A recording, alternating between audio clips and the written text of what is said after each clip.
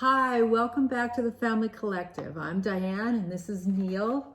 And we have been talking with you a little bit about just how to connect with your spouse. And we did a little last week on connecting spiritually. And we want to continue on that line just a little bit today. I want Neal to talk to us a little bit about our topic today. And we're kind of borrowing this from Wesley Campbell, who's written an amazing book on this, blessing. And you're like, what? What are you doing? And I'm like, we are often told or encouraged to bless our finances. And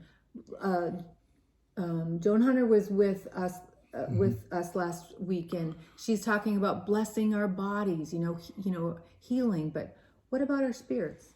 Yeah. How do we bless our spirits? And why is that important? Thank you, Diane. I want to start with, do our words have significance? Yeah.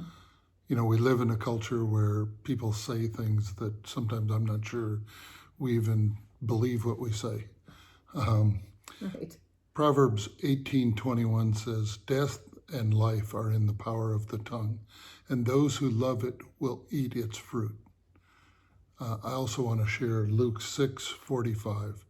"The good person out of the good treasure of their heart produces good, and an evil person out of the evil treasure produces evil. For out of the abundance of the heart, the mouth speaks." So I think we're all guilty of not being careful enough with our words, and often that's with those closest to us. Yeah, especially careless, when we speak things over ourselves, I'm not this, I should be this. I'm Right. guilty of that one for sure, and this is talking about what we speak over our spouse, right? And I think we've all had scars over words spoken of us long ago. Yeah. And often these words came from people who are significant in our lives. So if the negative is true, then maybe the positive is true as well. Right. And that's where we want to take you today. We must have a foundational understanding with regard to blessing and curses. That's not language we often use. Since God created all things, He is the one who publishes the owner's manual for how everything is to work properly. We all know He gave us a free will, but this does not change that the right way to operate was established by Him. Okay. That's awesome. So God told us from the beginning to bless not only ourselves, but our homes and our children and our families, so including our spouses. Yeah. So Neal, what would that look like?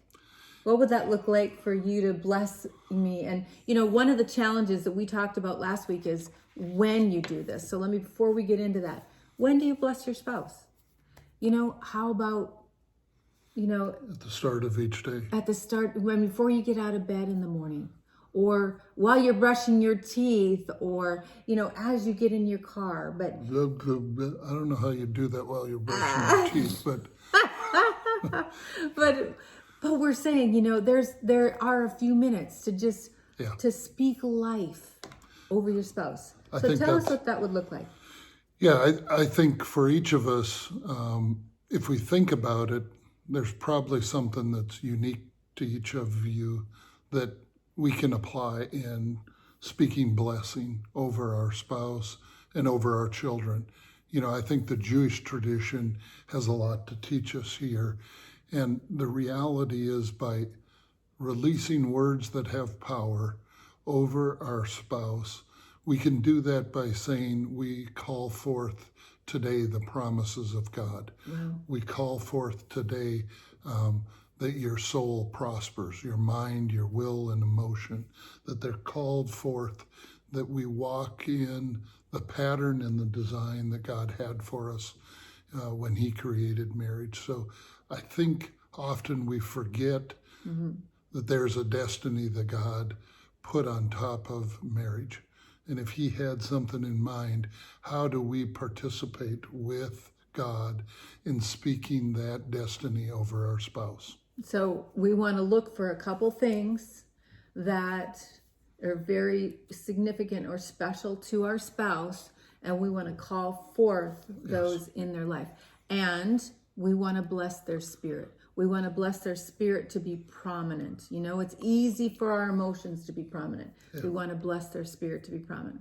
That's pretty neat, and that's wonderful. And we have tried it, and it works. It's amazing. Yeah. It's an amazing covenant aligner and connection creator. Yeah. So we hope that this was another good tip for you on how to connect, and we thank you for being with us at the Family Collective, and we look forward to talking with you soon. We're going to probably move into connecting emotionally or physically. So blessings. Yes, bless you.